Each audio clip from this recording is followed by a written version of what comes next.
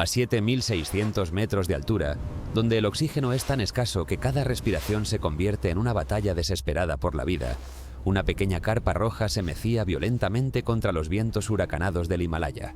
Era el 27 de enero de 2006, y dentro de esa diminuta burbuja de tela, un hombre preparaba meticulosamente su equipo para el asalto final.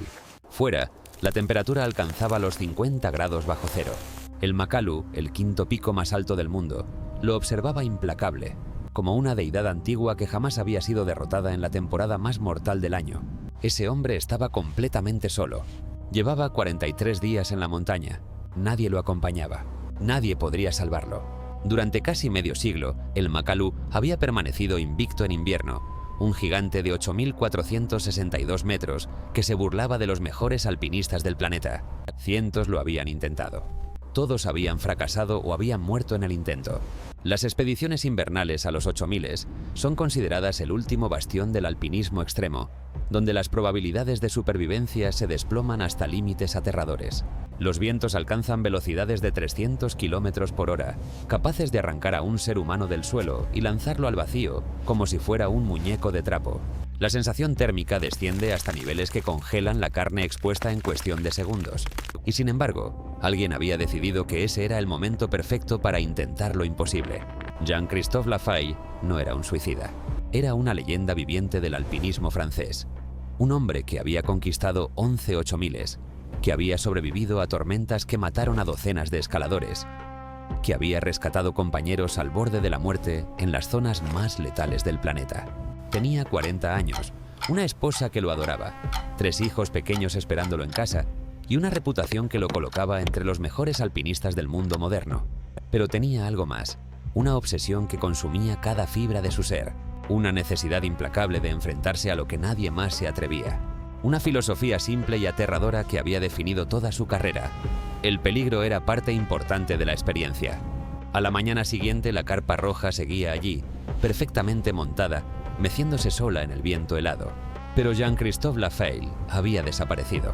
Un helicóptero de búsqueda sobrevoló la ruta durante horas, escudriñando cada grieta, cada pendiente, cada rincón de ese infierno blanco.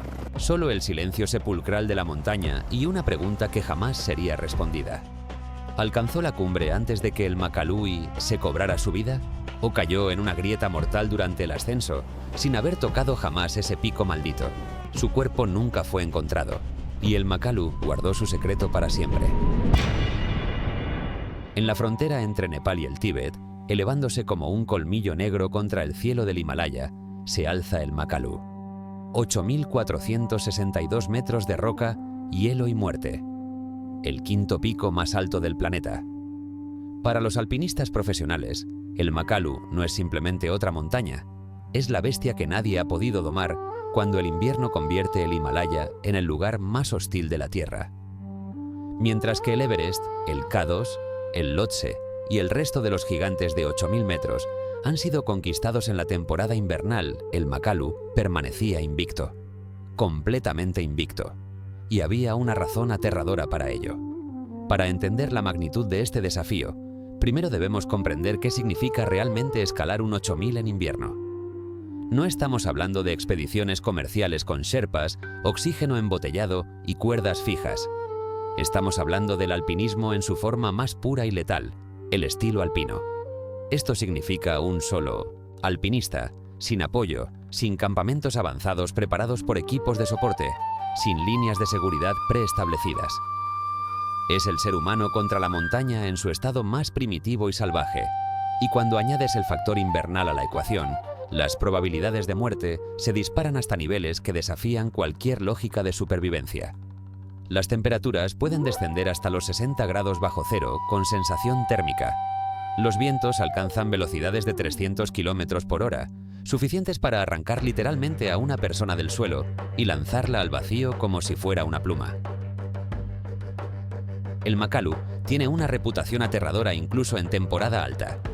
Su pirámide casi perfecta presenta pendientes extremadamente técnicas, con secciones de roca mixta que requieren habilidades de escalada avanzada a altitudes donde el cerebro humano comienza a morir por falta de oxígeno. La zona de la muerte comienza a los 7.900 metros, pero en el Makalu, La muerte acecha mucho antes. Las avalanchas son constantes. Las grietas ocultas bajo la nieve fresca se abren como mandíbulas hambrientas. Los seracs, esas torres gigantescas de hielo inestable, pueden colapsar sin previo aviso y sepultar a cualquier escalador en su camino. Pero todo esto palidece comparado con lo que sucede cuando llega el invierno. El monzón invernal del Himalaya convierte estas montañas en verdaderos infiernos congelados, donde la supervivencia se mide en horas, no en días. Desde 1950 y Manbe, cuando el italiano Cesare Maestri realizó la primera ascensión oficial del Makalu, cientos de alpinistas han intentado conquistar este gigante. En temporada de primavera y otoño, cuando las condiciones son relativamente favorables, el Makalu sigue siendo una prueba extrema que cobra vidas regularmente. Pero en invierno, la montaña se transforma en algo completamente diferente. Las expediciones invernales al Makalu tienen un historial atroz. Equipos completos han sido obligados a retirarse después de semanas de intentos fallidos, derrotados por tormentas que destruyen campamentos enteros en cuestión de minutos. Alpinistas de élite, personas que han conquistado el Everest múltiples veces, han descrito sus intentos invernales en el Makalu como experiencias cercanas a la locura. El frío extremo penetra a través de cualquier capa de ropa especializada. La hipoxia severa, causada por la escasez extrema de oxígeno, provoca alucinaciones, pérdida de coordinación y colapso de las funciones cognitivas básicas. Y luego está el factor psicológico, la soledad absoluta, el silencio roto solo por el aullido constante del viento, la certeza de que cualquier error será fatal y nadie podrá rescatarte. ¿Por qué alguien intentaría algo así? Esta es la pregunta que muchos se hacen cuando escuchan sobre expediciones suicidas a los 8000 en invierno. La respuesta no es simple. Para los alpinistas de élite, los que operan en los límites extremos de la capacidad humana, ya no quedan muchos desafíos verdaderos en el planeta. El Everest ha sido escalado por miles de personas. Rutas que antes se consideraban imposibles ahora tienen guías comerciales y expediciones turísticas. Para estos atletas extremos, el alpinismo invernal representa el último bastión, la última frontera, donde el ser humano aún no ha logrado dominar completamente a la naturaleza. Y el Makalu, en invierno, era el premio supremo. Era la cima que nadie había tocado, cuando el Himalaya mostraba su rostro más despiadado. Era el desafío que separaba a los buenos alpinistas de las leyendas inmortales. Pero había otro elemento en juego: el honor nacional y la obsesión personal. Para los alpinistas franceses, el alpinismo no es solo un deporte, es parte de su identidad cultural. Francia tiene una tradición alpinista que se remonta a siglos atrás, con figuras legendarias que han marcado la historia del montañismo mundial. Y en el año 2005, mientras el mundo alpinista observaba al Makalu como el último 8000 sin conquistar en invierno, un francés decidió que era el momento de cambiar la historia. Su nombre era Jean-Christophe Lafaille. No era un alpinista cualquiera, era una leyenda viviente. Había conquistado 11 de los 14 8000, había sobrevivido a tormentas mortales en el K2, había rescatado a compañeros en situaciones imposibles. Pero más importante aún, Lafaille era conocido por su filosofía radical sobre el riesgo calculado. Para él, el peligro no era algo que debía evitarse, era la esencia misma de la experiencia alpinista. En diciembre de 2005, Jean-Christophe Lafaille llegó al campo base del Makalu con una misión que muchos consideraron desde el principio como un acto de suicidio. No llevaba equipo de apoyo, no tenía sherpas, no había oxígeno suplementario, solo él, su pequeña tienda, su equipo mínimo de escalada y la montaña más mortal del mundo en su temporada más letal. Las previsiones meteorológicas eran absolutamente devastadoras. Tormentas constantes, vientos superiores a los 250 km por hora, temperaturas que alcanzarían los 50 grados bajo cero. Otros alpinistas en el campo base lo miraban con una mezcla de admiración y horror. ¿Qué llevaba a un hombre de 40 años, con esposa e hijos esperándolo en Francia, a intentar algo tan extremadamente peligroso? La respuesta la daría el propio Lafaille en su última comunicación por radio. El peligro era parte importante de la experiencia. Sin riesgo real, sin la posibilidad genuina de muerte, la montaña perdía su significado. El 27 de enero de 2006, después de 43 días de lucha solitaria contra el Makalu, Jean-Christophe Lafaille realizó su última transmisión de radio. Estaba a 7.600 metros de altura. Había montado su pequeña carpa roja en una estrecha plataforma de hielo. El clima había mejorado ligeramente, creando una ventana de oportunidad minúscula. Lafaille informó que partiría hacia la cumbre a la mañana siguiente. Su voz sonaba calmada, determinada. Después de semanas de espera, de campamentos destruidos, de retrocesos forzados, finalmente tendría su oportunidad. La cumbre estaba a solo 862 metros por encima de él. Para un alpinista de su calibre, en condiciones normales, sería una jornada de entre 8 y 10 horas. Pero estas no eran condiciones normales, y Jean-Christophe Lafaille nunca regresó. Cuando pasaron 24 horas sin comunicación, se activaron los protocolos de emergencia. Un helicóptero de rescate despegó desde Katmandú y voló hasta la zona de la muerte del Makalu. Los pilotos sobrevolaron la ruta durante horas, escudriñando cada grieta, cada pendiente, cada rincón visible de la montaña. Finalmente encontraron algo, la pequeña tienda roja de Lafaille, todavía montada perfectamente a 7.600 metros, pero estaba vacía. No había señales de lucha. No había equipo disperso. Solo la carpa solitaria, meciéndose suavemente en el viento helado del Himalaya, como un monumento silencioso a un hombre que había desaparecido. Los rescatistas volaron más alto, siguiendo la ruta probable hacia la cumbre. Nada. El Makalu se había tragado a Jean-Christophe Lafaille sin dejar rastro. Y con él se había llevado la respuesta a una pregunta que obsesionaría al mundo alpinista para siempre. ¿Alcanzó la cumbre antes de morir? ¿Logró conquistar el último 8000 invicto en invierno? ¿O cayó en una grieta mortal durante el ascenso, sin haber tocado jamás ese pico maldito? El Makalu guardó su secreto, y hasta el día de hoy permanece invicto en invierno. Jean-Christophe Lafaille nació el 19 de marzo de 1965 en Gap, una pequeña ciudad en los Alpes franceses. Desde niño, las montañas no fueron simplemente un paisaje, fueron su obsesión, su vocación, su razón de existir. A los 8 años ya escalaba las paredes rocosas cerca de su casa con una determinación que asustaba a sus padres. A los 15, mientras otros adolescentes soñaban con coches y fiestas, Lafaille soñaba con rutas imposibles en las caras norte de los Alpes. No era el típico niño rebelde buscando adrenalina barata. Era un prodigio natural del alpinismo, alguien que entendía la montaña con una intuición casi sobrenatural. Sus profesores de escalada lo describían como un joven con un talento extraordinario, pero también con una característica preocupante. No conocía el miedo, o más bien, había aprendido a transformar el miedo en combustible puro para sus ascensiones. A los 23 años, Lafaille ya había completado algunas de las rutas más difíciles de los Alpes. Pero los Alpes, por muy impresionantes que sean, se quedaban pequeños para sus ambiciones. En 1990 realizó su primera expedición al Himalaya, al Cho Oyu, el sexto pico más alto del mundo con 8.188 metros.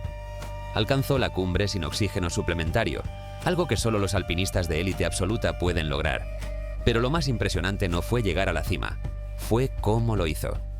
Mientras otros escaladores luchaban contra el mal de altura, vomitando y arrastrándose hacia arriba, Lafaille parecía moverse con una gracia casi antinatural. Sus compañeros de expedición lo miraban con una mezcla de admiración y desconcierto. Era como si su cuerpo hubiera sido diseñado específicamente para funcionar en la zona de la muerte. Su capacidad para aclimatarse rápidamente, su resistencia física sobrehumana y, sobre todo, su claridad mental a altitudes extremas lo convertían en algo único. Pero fue en 1992 cuando la vida de Jean-Christophe Lafaille cambió para siempre. Ese año, junto con su mentor y amigo cercano Pierre Béguin, uno de los alpinistas franceses más respetados de la época, emprendió una expedición al Annapurna, el 10º pico más alto del mundo y estadísticamente la montaña más mortífera de todos los 8000. El Annapurna tiene una tasa de mortalidad del 40%. Casi 1 de cada 2 escaladores que intentan su cumbre no regresa con vida. Lafaille y Béguin planeaban una ruta extremadamente técnica por la cara sur, una pared de hielo y roca que pocos se habían atrevido a intentar. La expedición comenzó bien. Ambos escaladores estaban en forma óptima, las condiciones climáticas eran razonables y todo indicaba que tendrían éxito. Pero el Annapurna, como todas las montañas mortales, guarda sus cartas más letales para el momento menos esperado. A 7.400 metros de altura, mientras Entadensender descendían después de un día de progreso exitoso, una avalancha masiva rugió desde las alturas. Lafaille estaba adelante en la cuerda cuando escuchó el estruendo. Se volvió justo a tiempo para ver una pared blanca de nieve y hielo descendiendo hacia ellos a una velocidad aterradora. Gritó una advertencia a Beguin, pero el rugido de la avalancha devoró su voz. La ola de nieve los golpeó con la fuerza de un tren de carga. Lafaille fue arrancado de su posición y lanzado por el aire, dando vueltas en medio del caos blanco, sintiendo cómo la cuerda que lo unía a Beguin se tensaba brutalmente. Durante segundos que parecieron horas, el mundo fue solo violencia y oscuridad. Cuando finalmente la avalancha se detuvo, Lafaille estaba enterrado hasta el pecho en nieve compacta, con varios huesos rotos y sangrando por la cabeza. Pero estaba vivo. Comenzó a gritar el nombre de Pierre, tirando frenéticamente de la cuerda que los conectaba. La cuerda estaba tensa, desapareciendo bajo toneladas de nieve. Lafaille excavó durante horas con sus manos destrozadas, llorando, gritando, rogando. Cuando finalmente encontró a Pierre Beguin, su mentor y amigo estaba muerto, aplastado por el peso imposible de la avalancha. La muerte de Pierre Beguin destrozó a Jean-Christophe Lafaille. No solo había perdido a su mentor, había perdido a la persona que mejor entendía su relación con las montañas. Durante meses después de regresar a Francia, Lafaille cayó en una depresión profunda. Se alejó del alpinismo. Sus amigos temían que nunca volvería a escalar. Pero algo cambió en él durante esos meses oscuros. La tragedia no lo destruyó, lo transformó. Lafaille llegó a una conclusión filosófica que definiría el resto de su carrera y finalmente su muerte. El alpinismo extremo no se trataba de conquistar montañas o de ego personal. Se trataba de enfrentarse a la naturaleza en su forma más pura y letal, de aceptar que la muerte era siempre una posibilidad real y de encontrar significado precisamente en esa fragilidad. Para Lafaille, una ascensión sin riesgo genuino de muerte no tenía valor. El peligro no era un efecto secundario desafortunado del alpinismo, era su esencia misma.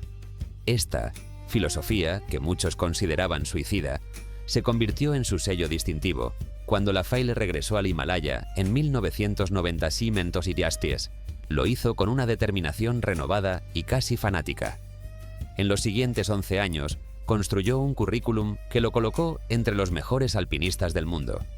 Conquistó el Shisha Pangma, el 14º 8000, en estilo alpino. Ascendió el Cho Oyu por una ruta nueva y extremadamente técnica. Alcanzó la cumbre del Gasherbrum 1 y el Gasherbrum 2 en una sola expedición, algo que requiere una resistencia física casi sobrehumana. En el año 2000, escaló el Manaslu, el octavo pico más alto, nuevamente sin oxígeno.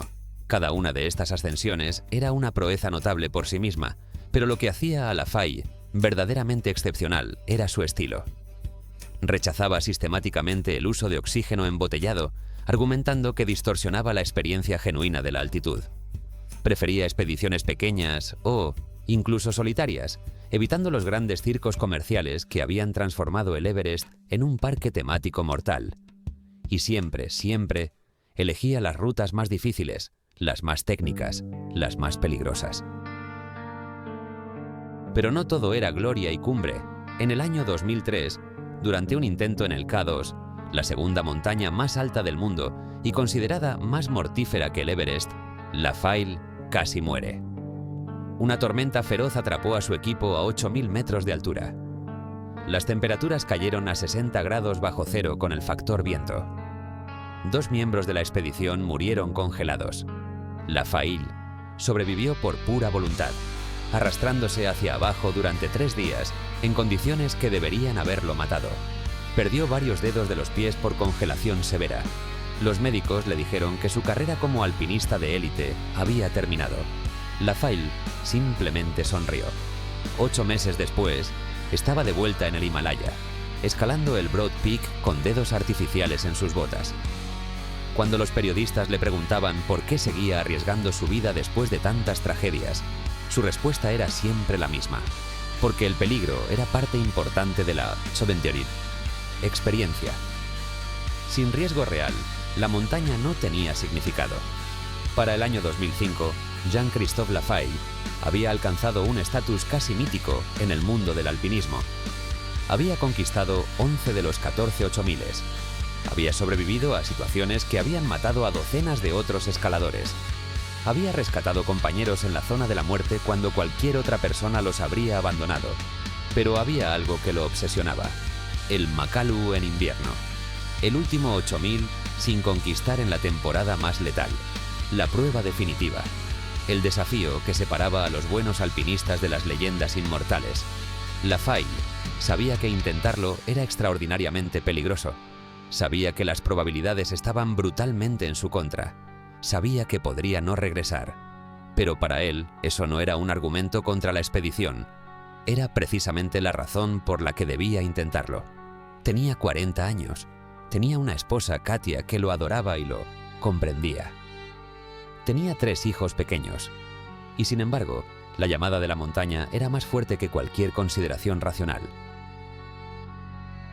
Katia Lafay, su esposa, describió más tarde el último día antes de que Jean-Christophe partiera hacia Nepal. Desayunaron juntos como una familia normal. Los niños jugaban, ajenos a la magnitud de lo que su padre estaba a punto de intentar. Jean-Christophe abrazó a cada uno de sus hijos, mirándolos a los ojos con una intensidad que Katia nunca olvidaría. Luego abrazó a su esposa y le susurró algo que ella nunca reveló públicamente. Cuando los periodistas le preguntaron más tarde si intentó disuadirlo, Katia respondió con una honestidad brutal. No, porque hacerlo habría sido negar quién era Jean-Christophe. Él era un alpinista. Era un hombre que necesitaba el desafío extremo para sentirse vivo. Y el Makalu en invierno era su destino inevitable. El 20 de diciembre de 2005, Jean-Christophe Lafay aterrizó en Katmandú con una mochila que pesaba apenas 40 kilogramos.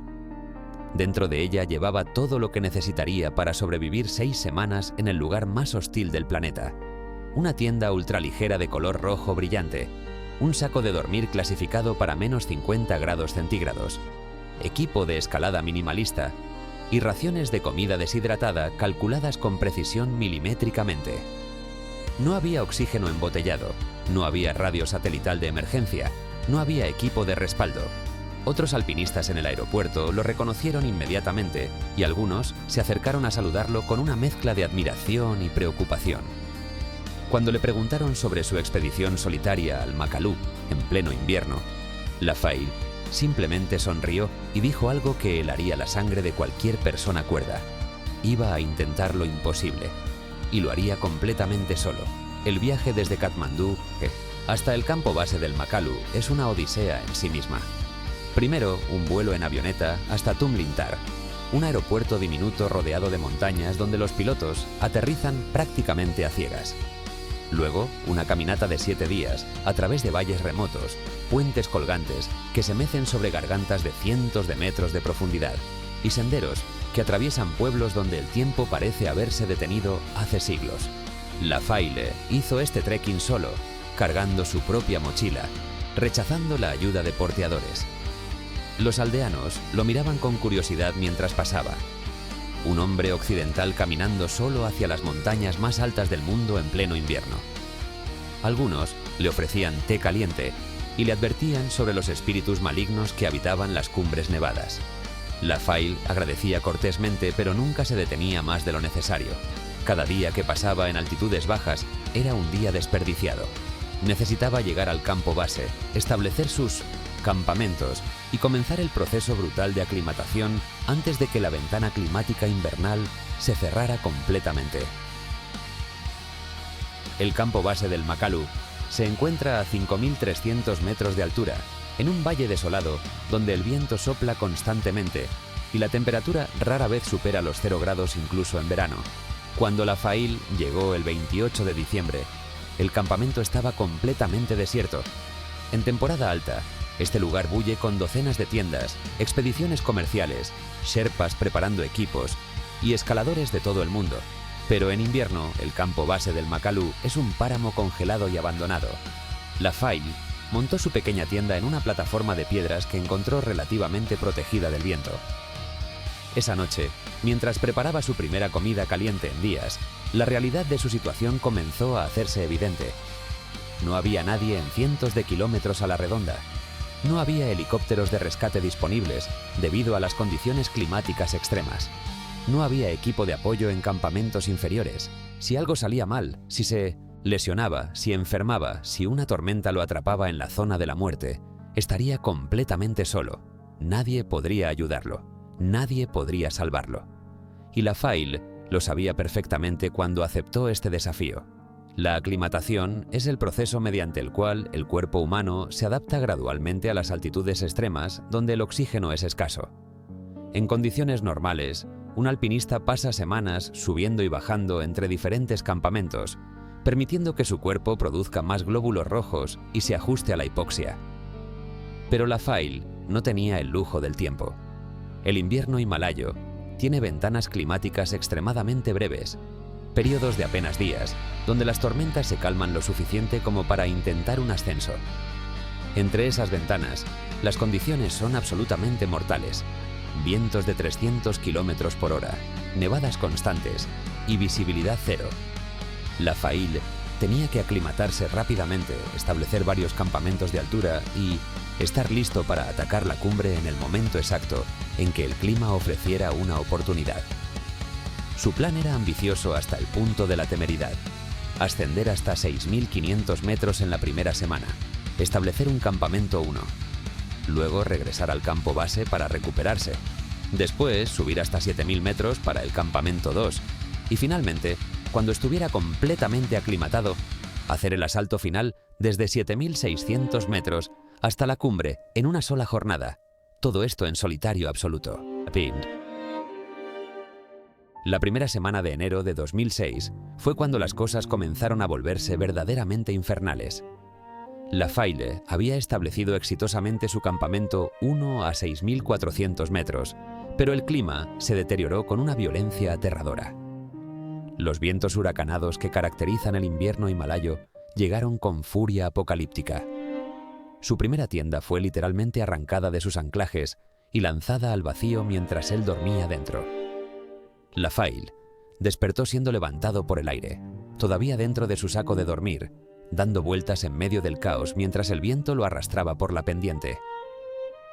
Logró salir del saco y aferrarse a una roca con sus piolets, observando horrorizado cómo su tienda desaparecía en la tormenta. Pasó el resto de esa noche acurrucado detrás de una formación rocosa, temblando incontrolablemente, con su ropa de alta tecnología congelándose sobre su piel. Al amanecer, cuando los vientos se calmaron ligeramente, descendió tambaleándose hasta el campo base. Había perdido casi todo su equipo de altura. Cualquier alpinista sensato habría abortado la expedición en ese momento. Pero LaFaille no era un alpinista sensato, era un hombre obsesionado. Durante las siguientes 3 semanas, Jean-Christophe LaFaille vivió una pesadilla que repetiría ciclos brutales de sufrimiento. Subía con nuevo equipo, establecía un campamento y las tormentas lo destruían. El viento lo levantó literalmente del suelo en 2 ocasiones más, lanzándolo por el aire como si fuera una hoja. Los crampones se le congelaban en las botas. Sus dedos, ya dañados por congelaciones previas, comenzaron a perder sensibilidad permanentemente. La comida se congelaba hasta volverse dura como piedra, requiriendo horas de calentamiento antes de poder masticarla. Pero lo peor no era el sufrimiento físico, era el aislamiento psicológico. Semanas y semanas sin ver otro ser humano. Solo el rugido constante del viento, el crujido del hielo bajo sus pies y el silencio opresivo de las noches en la zona de la muerte. LaFaille comenzó a experimentar alucinaciones auditivas, un síntoma común de la hipoxia severa combinada con soledad extrema. Escuchaba voces en la distancia llamándolo por su nombre. Veía figuras moviéndose en las sombras de los seracs. En sus comunicaciones por radio con el campo base lejano, su voz comenzó a sonar extraña, desconectada, como si estuviera hablando desde otro mundo. Pero LaFaille persistió con una determinación que bordeaba la locura. A mediados de enero, finalmente logró establecer campamentos estables en 6.400 metros y 7.000 metros. Su cuerpo, después de semanas de castigo brutal, estaba completamente aclimatado. Podía moverse a 7000 metros con relativa facilidad, algo que solo los mejores alpinistas del mundo pueden lograr. Las previsiones meteorológicas mostraban una ventana climática potencial para finales de enero. No sería una ventana perfecta. Los vientos seguirían siendo fuertes, las temperaturas rondarían los 40 grados bajo cero y la visibilidad sería limitada. Pero para los estándares del invierno himalayo, era lo mejor que Lafaille podría esperar. Tomó la decisión, atacaría la cumbre. El 25 de enero comenzó el ascenso final, cargando su pequeña tienda roja y las provisiones mínimas para un campamento de asalto. Subió durante todo el día, luchando contra el viento, arrastrándose por pendientes de 60 grados, hasta alcanzar una plataforma estrecha a 7600 metros. Allí montó su tienda con manos congeladas y temblorosas. La cumbre estaba a solo 862 metros por encima de él. Esa noche, el 26 de enero de 2006, Jean-Christophe Lafaille realizó su última comunicación por radio. Habló con Elisabeth Revol, una alpinista francesa que monitoreaba su progreso desde Francia. Su voz sonaba calmada pero agotada. Le dijo que las condiciones habían mejorado ligeramente. El viento había disminuido a niveles manejables. La temperatura era de aproximadamente 45 grados bajo cero, brutal pero no imposible. Podía ver la ruta hacia la cumbre con relativa claridad. Partiría a las de la mañana del día siguiente. Esperaba alcanzar la cumbre alrededor del mediodía y regresar a su tienda antes del anochecer. Revol le deseó suerte y le pidió que tuviera cuidado. Lafaille respondió con algo que se convertiría en sus últimas palabras registradas. El peligro era parte importante de la experiencia. Luego la transmisión terminó. El silencio que siguió duraría para siempre. A la mañana siguiente, Jean-Christophe Lafaille salió de su pequeña tienda roja y comenzó a caminar hacia la cumbre del Makalu. Nunca regresaría. El 2 de enero de 2006 marcó el inicio de lo que sería la prueba más prolongada y extenuante de la vida de Jean-Christophe Lafaille. Después de 10 días de aclimatación inicial en el campo base, comenzó su primer intento serio de establecer campamentos de altura en el Makalu. Salió del campo base a las 5 de la mañana, cuando la oscuridad todavía envolvía el valle y la temperatura era de 30 grados bajo cero. Llevaba una mochila de 20 kilogramos con su tienda, equipo de escalada y provisiones para días. La ruta inicial seguía un glaciar crevase, lleno de grietas ocultas, bajo capas de nieve fresca, que podían tragarse a un hombre en un segundo. Lafaille avanzaba lentamente, probando cada paso con su piolet, consciente de que un error significaría caer en una grieta de hielo de la que nadie podría rescatarlo. El viento ya soplaba con fuerza, levantando nubes de nieve que reducían la visibilidad a apenas unos metros, y esto era solo el comienzo. Tinto Chetainen, 6000 metros de altura, el paisaje del Makalu se transforma en algo verdaderamente alienígena. Las pendientes se vuelven más empinadas, alcanzando ángulos de 50 a 60 grados. El hielo es duro como acero, requiriendo golpes precisos con los crampones para cada paso. Los seracs, esas torres gigantescas de hielo glaciar, se elevan a ambos lados de la ruta como catedrales congeladas que pueden colapsar sin previo aviso. Lafaille documentó en su diario que el sonido constante de avalanchas lejanas era aterrador, un rugido profundo que resonaba a través del valle, recordándole que la montaña estaba viva y podía matarlo en cualquier momento. Pero lo que más lo perturbaba era el silencio entre las avalanchas. Un silencio tan profundo y opresivo que podía escuchar su propia respiración, su corazón latiendo frenéticamente y los crujidos inquietantes del hielo bajo sus pies. Era como escalar a través de un cementerio gigantesco donde los muertos eran las docenas de alpinistas que el Makalu había cobrado a lo largo de las décadas. El 5 de enero, Lafaille alcanzó los 6.400 metros y encontró una plataforma relativamente plana donde establecer su campamento 1. Pasó 2 horas excavando una plataforma en el hielo duro, construyendo muros de nieve para proteger su tienda del viento y anclando todo con tornillos de hielo. Cuando finalmente entró en su pequeño refugio de nylon rojo, estaba completamente exhausto. Preparar comida a esta altitud es una tarea hercúlea.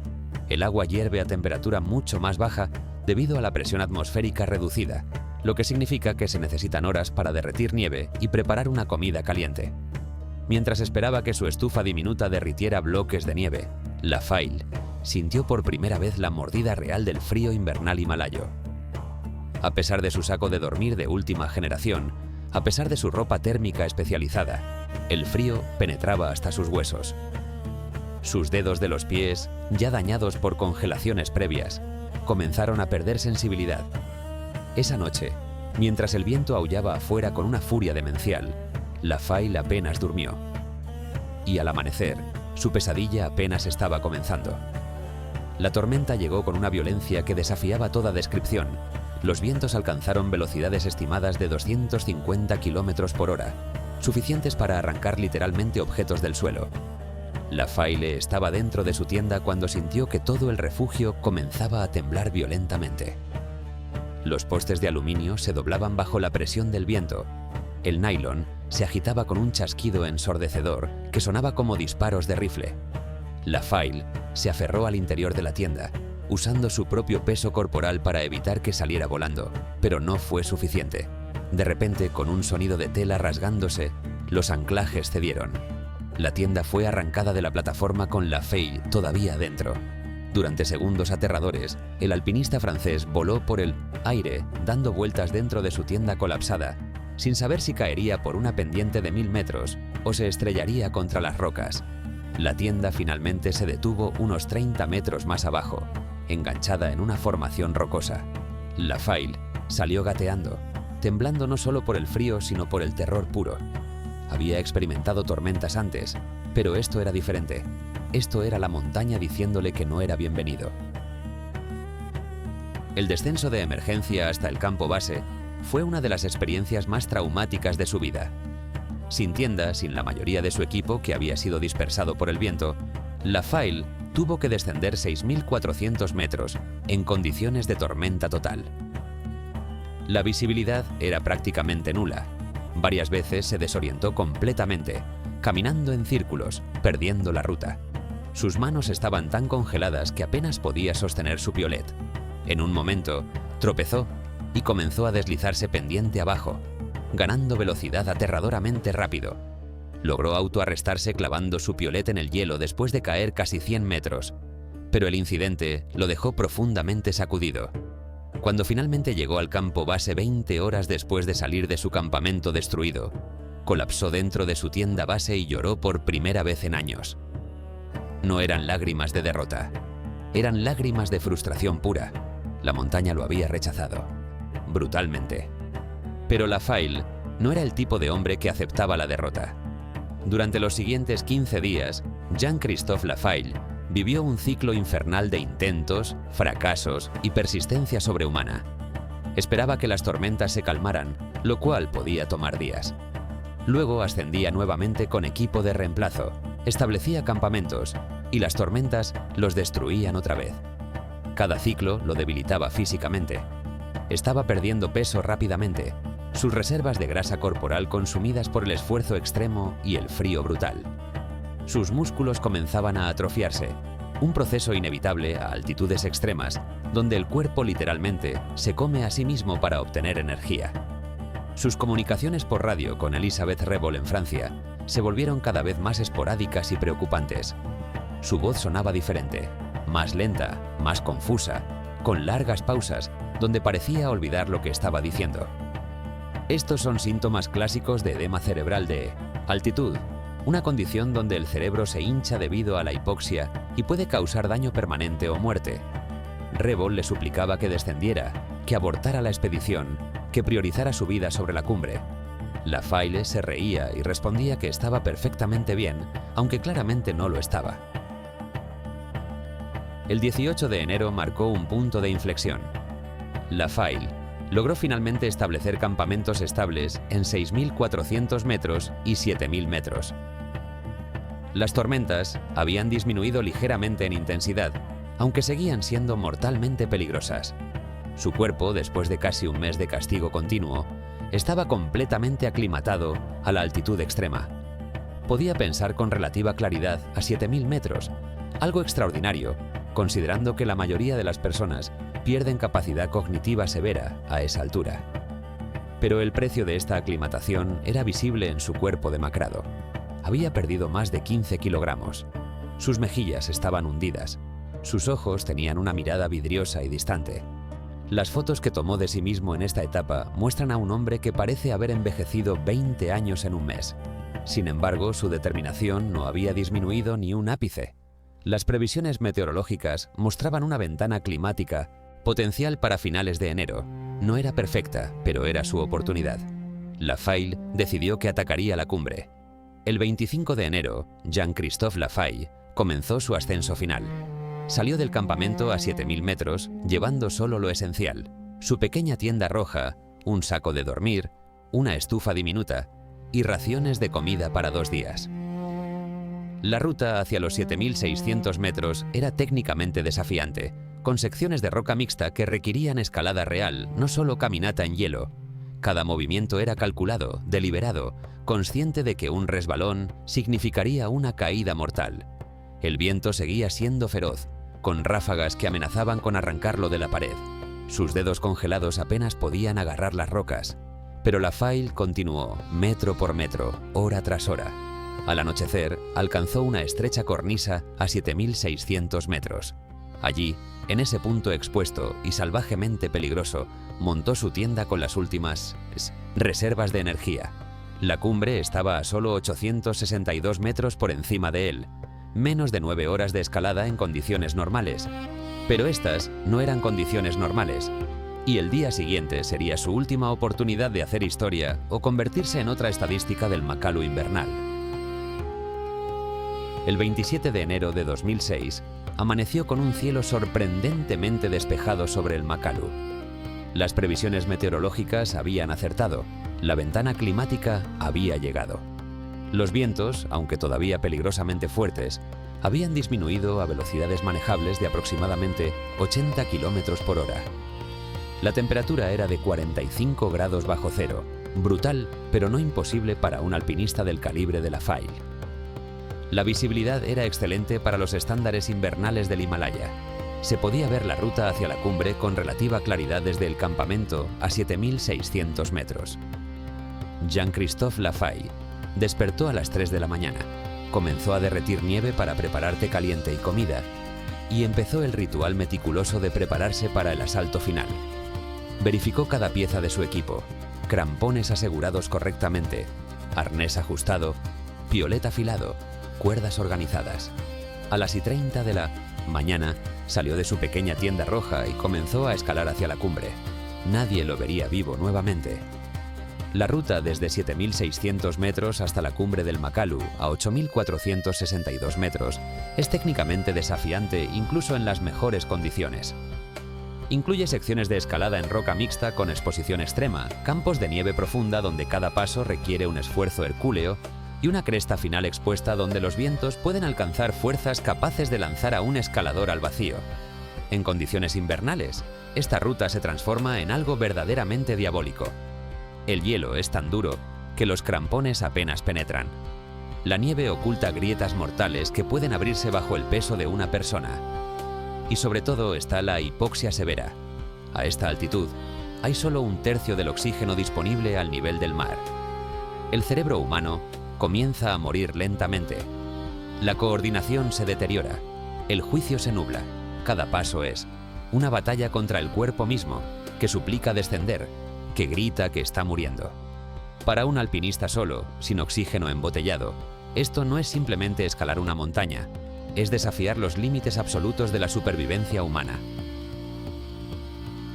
Elisabeth Revol, quien monitoreaba el progreso de Lafaille desde Francia, esperaba su llamada de radio programada para las 10 de la mañana. Lafaille había prometido reportarse cada hora durante su intento de cumbre, una precaución básica de seguridad. Las 10 llegaron y pasaron, nada. Revol no estaba inmediatamente preocupada. Las comunicaciones por radio a altitudes extremas son notoriamente poco confiables. El clima puede interferir con las señales. Las baterías pueden fallar en el frío extremo. Los escaladores a veces están tan enfocados en la escalada que olvidan reportarse. A las 2 de la tarde, la siguiente ventana de comunicación, Revol intentó contactar a Lafaille repetidamente. Solo silencio. Ahora la preocupación comenzaba a convertirse en miedo. A las 6 de la tarde, cuando cayó la oscuridad sobre el Makalu, seguía sin haber noticias. Rebol contactó a otros alpinistas, a las autoridades nepalíes, a cualquiera que pudiera ayudar, pero la realidad era brutal. Nadie podía hacer nada hasta el amanecer. Y para entonces, si la Fail estaba herido o varado, en la zona de la muerte, probablemente ya sería demasiado tarde. La noche del 27 al 28 de enero fue una tortura psicológica para todos los que conocían a Jean-Christophe Lafaille. En Francia, su esposa Katia esperaba junto al teléfono, rezando por noticias. Sus 3 hijos dormían sin saber que su padre podría estar muriendo en ese preciso momento a miles de kilómetros de distancia. Elisabeth Rebol pasó toda la noche despierta, intentando comunicarse cada hora, gritando el nombre de Lafaille al vacío de la radio. En Katmandú, las autoridades de rescate preparaban un helicóptero para una misión de búsqueda al amanecer, aunque todos sabían que las probabilidades de encontrar a alguien vivo después de una noche en la zona de la muerte eran prácticamente nulas. El frío extremo mata en cuestión de horas. La hipoxia severa causa colapso de los órganos, vitales. Y si Lafaille había caído en una grieta, como sucede frecuentemente en el Makalu, su cuerpo podría estar a cientos de metros bajo el hielo, irrecuperable para siempre. Mientras el mundo esperaba y rezaba, el Makalu permanecía en silencio, guardando su secreto mortal. Al amanecer del 28 de enero, un helicóptero de rescate de alta altitud despegó desde Katmandú. Estos helicópteros están especialmente modificados para operar a altitudes extremas, pero incluso así, el aire es tan delgado a 8.000 metros que apenas pueden mantenerse en el aire. El piloto, un veterano con décadas de experiencia en rescates himalayos, sabía que las probabilidades de éxito eran mínimas. La visibilidad en el Makalu seguía siendo problemática, con nubes bajas y vientos erráticos que hacían el vuelo extremadamente peligroso, pero tenían que intentarlo. El helicóptero ascendió lentamente, luchando contra la física misma, siguiendo la ruta conocida de Lafaille desde el campo base. A 6.000 metros, nada. A 7.000 metros tampoco. Finalmente, a 7.600 metros, el piloto vio algo que hizo que su corazón se detuviera por un momento. Una mancha roja brillante contra el blanco absoluto del hielo, la tienda de Lafaille. El helicóptero se acercó tanto como se atrevió, sobrevolando la cornisa donde la pequeña carpa estaba montada perfectamente, meciéndose suavemente en el viento, pero la tienda estaba vacía. Los rescatistas podían verlo claramente desde el aire. La entrada estaba abierta, agitándose con el viento. No había figura humana dentro, no había señales de lucha o desastre. La tienda simplemente estaba allí, abandonada, como si Lafaille hubiera salido para una caminata corta y nunca hubiera regresado. El piloto continuó ascendiendo, siguiendo la ruta lógica hacia la cumbre, escudriñando cada metro de pendiente visible. Voló tan alto como el helicóptero podía soportar, las aspas cortando aire que apenas existía, el motor protestando contra la altitud extrema. Los observadores buscaban cualquier señal, una figura en el hielo, equipo disperso, marcas de una caída. Nada. El Makalu se extendía debajo de ellos como un gigante dormido, vasto e indiferente. Las grietas en el glaciar eran abundantes, oscuras hendiduras que descendían a profundidades desconocidas. Si Lafaille había caído en una de ellas, jamás sería encontrado. Después de 3 horas de búsqueda intensiva, con el combustible agotándose peligrosamente, el helicóptero tuvo que regresar. Jean-Christophe Lafaille había desaparecido sin dejar rastro. Los días siguientes fueron un infierno de especulación y esperanzas desvanecidas. Las autoridades organizaron múltiples vuelos de búsqueda, cada uno con el mismo resultado: nada. La comunidad alpinista mundial se movilizó, ofreciendo recursos, expertise y apoyo. Algunos alpinistas de élite incluso consideraron organizar una expedición terrestre de rescate, pero la idea fue rápidamente descartada como suicida. Enviar más personas a la zona de la muerte en pleno invierno solo resultaría en más muertes. Las teorías comenzaron a circular.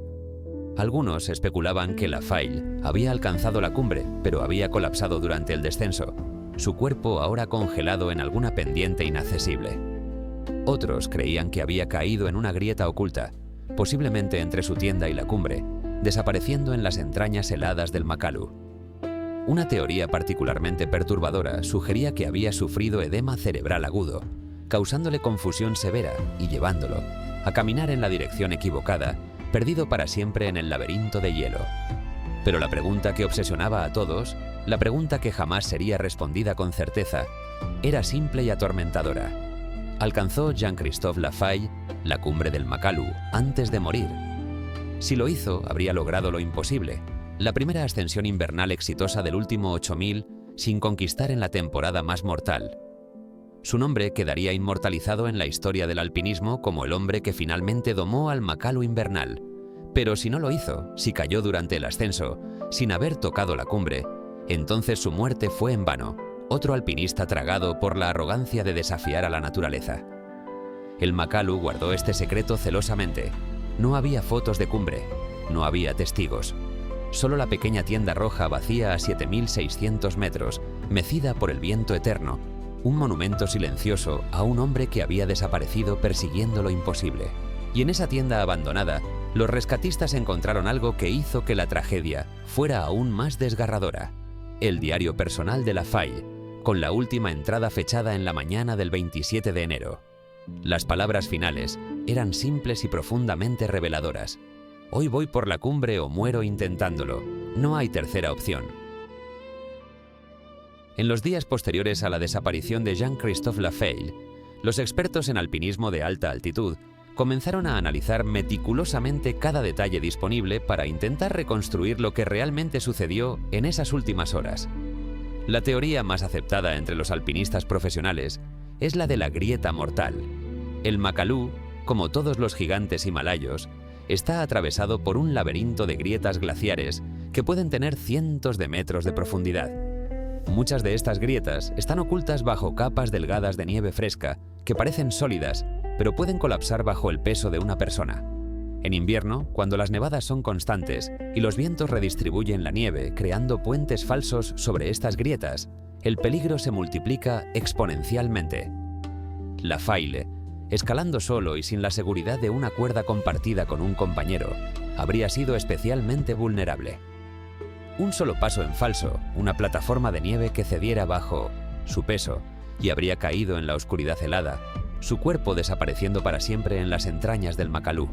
Pero esta teoría, aunque plausible, deja preguntas sin responder. Si Lafaille cayó en una grieta durante el ascenso, ¿por qué no llamó por radio antes de partir? Su última comunicación sugería confianza y determinación, no la urgencia de alguien que siente que algo está mal. Algunos expertos proponen una teoría alternativa más perturbadora: que Lafaille efectivamente alcanzó la cumbre del Makalu, pero murió durante el descenso. Esta teoría se basa en un fenómeno bien documentado en el alpinismo extremo conocido como el síndrome de la cumbre.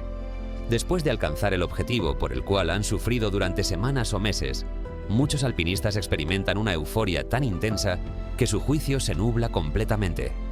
La combinación de hipoxia severa, agotamiento extremo y el alivio emocional de haber logrado lo imposible puede llevar a decisiones fatalmente equivocadas. Lafaille podría haber alcanzado la cumbre al mediodía, pasado demasiado tiempo allí celebrando su victoria histórica, y luego encontrarse sin suficiente luz o energía para descender de manera segura. En este estado vulnerable, un resbalón, una caída o simplemente el colapso por agotamiento habría sido inevitable. Una tercera teoría, propuesta por médicos especializados en medicina de alta altitud, sugiere que Lafaille sufrió edema cerebral agudo. Este es un tipo de mal de altura extremadamente peligroso donde el cerebro se hincha debido a la acumulación de fluidos, causando confusión severa, pérdida de coordinación, alucinaciones y eventualmente la muerte. Los síntomas pueden aparecer rápidamente y sin previo aviso, especialmente en alpinistas que han pasado semanas en altitudes extremas sin descender lo suficiente para recuperarse. Las comunicaciones de Lafaille, en los días previos a su último intento, mostraban algunos signos preocupantes: pausas largas, voz extraña, ocasionales lapsos de memoria. Si experimentó edema cerebral durante su intento de cumbre, podría haber quedado desorientado caminando en la dirección equivocada, alejándose de su tienda en lugar de regresar a ella. En este estado de confusión terminal, eventualmente habría colapsado y muerto de hipotermia. Su cuerpo quedando en algún lugar remoto del Makalu, donde nunca sería encontrado. Esta teoría es especialmente perturbadora porque sugiere que Lafaille murió lentamente, consciente de que estaba perdido pero incapaz de salvarse a sí mismo. Pero más allá de las teorías técnicas sobre cómo murió, hay una pregunta más profunda y filosófica que la desaparición de Lafaille plantea. ¿Valió la pena? ¿Vale la pena morir por una montaña? Para la mayoría de las personas, la respuesta es obviamente no. Una cumbre, por muy prestigiosa que sea, no vale una vida humana. Pero para alpinistas como Jean-Christophe Lafaille, esta pregunta está mal planteada desde el principio. Para ellos, el alpinismo extremo no se trata de alcanzar cumbres, se trata de vivir de una manera que la mayoría de la humanidad nunca experimentará. Se trata de enfrentarse a la naturaleza en su forma más pura y mortal. Se trata de existir en ese espacio liminal entre la vida y la muerte donde cada decisión importa absolutamente. Lafaille lo había dicho explícitamente una y otra vez a lo largo de su carrera. El peligro era parte importante de la experiencia. Sin la posibilidad real de muerte, la montaña perdía su significado.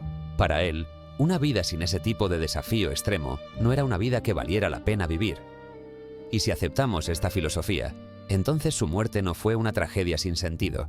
Fue el final inevitable y quizás hasta apropiado para alguien que vivió según sus propios términos radicales. El impacto de la muerte de Lafaille en su familia fue devastador de maneras que son difíciles de articular. Su esposa Katia quedó viuda a los 37 años, con 3 hijos pequeños que tendrían que crecer sin su padre. En las entrevistas posteriores, Katia habló con una honestidad desgarradora sobre la ambivalencia de amar a un alpinista extremo. Por un lado, había amado a Jean-Christophe precisamente por su pasión, su determinación, su negativa a vivir una vida ordinaria. Esas cualidades lo habían hecho extraordinario, magnético e inolvidable. Pero esas mismas cualidades también lo habían matado, dejándola sola para criar a sus hijos. Katia admitió que nunca intentó detenerlo, porque hacerlo habría sido negar la esencia misma de quién era él. Pero también confesó que vivía cada expedición en un estado de terror contenido, sabiendo que cada despedida podría ser la última. Los hijos de Lafaille, particularmente el mayor, lucharon durante años con Inadent de Saint-Denis, sentimientos contradictorios hacia su padre, orgullo por sus logros extraordinarios, ira por haberlos abandonado, tristeza por todas las experiencias que nunca compartirían. La muerte de un alpinista extremo no solo cobra una vida, deja ondas de dolor que se expanden a través de familias enteras durante generaciones. La comunidad alpinista mundial respondió a la muerte de Lafaille con una mezcla de luto, admiración y debate acalorado sobre la ética del alpinismo extremo. Se organizaron memoriales en Francia, Nepal y otros centros alpinistas importantes. Otros alpinistas de élite hablaron con reverencia sobre el legado de Lafaille, destacando no solo sus logros técnicos, sino también su filosofía sobre el riesgo y el significado. Pero también hubo críticas. Algunos argumentaron que Lafaille había sido irresponsable, que un hombre con esposa e hijos pequeños no tenía derecho moral a arriesgar su vida de manera tan extrema por algo tan fundamentalmente egoísta como escalar una montaña. Otros señalaron que el alpinismo de alto riesgo glorifica una forma de masculinidad tóxica que valora el ego y la conquista sobre la responsabilidad familiar. Estos debates son antiguos y probablemente nunca se resolverán. Cada persona debe decidir por sí misma dónde traza la línea entre vivir auténticamente y actuar responsablemente. Lafaille claramente trazó esa línea en un lugar muy diferente al de la mayoría de la humanidad. El Makalu, en invierno, permanece sin conquistar hasta el día de hoy, casi 20 años después de la desaparición de Jean-Christophe Lafaille. Varios alpinistas de élite han intentado el desafío en los años posteriores, pero todos han fracasado o han muerto en el intento. La montaña mantiene su récord perfecto, rechazando cada intento humano de dominarla durante la temporada más mortal. Algunos en la comunidad alpinista han comenzado a preguntarse si el Makalu invernal es simplemente imposible, si hay límites objetivos a lo que los seres humanos pueden lograr sin importar cuán hábiles o determinados sean. Pero, inevitablemente, habrá otro alpinista extraordinario que mirará al Makalu y verá no una montaña imposible, sino el desafío definitivo. Habrá alguien más que decidirá que vale la pena arriesgar todo por la oportunidad de hacer historia. Y el ciclo continuará, porque mientras existan montañas sin conquistar, existirán personas dispuestas a morir intentando conquistarlas. Este es el legado complejo y contradictorio de Jean-Christophe Lafayette. Inspiración para algunos, advertencia para otros. La pequeña tienda roja de Lafayette permaneció en su cornisa a 7.600 metros durante varios años después de su desaparición, mecida por los vientos eternos del Makalu. Eventualmente, las tormentas la destruyeron o la arrastraron al vacío, pero durante ese tiempo se convirtió en un marcador sombrío para los pocos alpinistas lo suficientemente valientes o locos como para intentar rutas en el Makalu. Un recordatorio silencioso de que la montaña nunca olvida y nunca perdona. El cuerpo de Jean-Christophe Lafayette nunca fue recuperado. Según las leyes de Nepal, fue declarado legalmente muerto 6 meses después de su desaparición. Pero en cierto sentido, Lafayette nunca dejó el Makalu. Su espíritu, si creemos en tales cosas, permanece en esas pendientes heladas, atrapado para siempre en el último gran desafío de su vida. La pregunta que lo obsesionó hasta su último aliento permanece sin respuesta, flotando en el aire helado del Himalaya como un fantasma que se niega a descansar. ¿Alcanzó la cumbre antes de morir? ¿Logró lo imposible? ¿O el Makalu guardó su victoria para siempre, dejándonos solo con el misterio y el dolor de no saber? Quizás es apropiado que nunca lo sepamos. Quizás el verdadero legado de Jean-Christophe Lafayette no es si conquistó la montaña, sino que tuvo el coraje o la locura de intentarlo cuando ningún otro ser humano se atrevía. Y eso, para bien o para mal, es algo que nadie puede quitarle.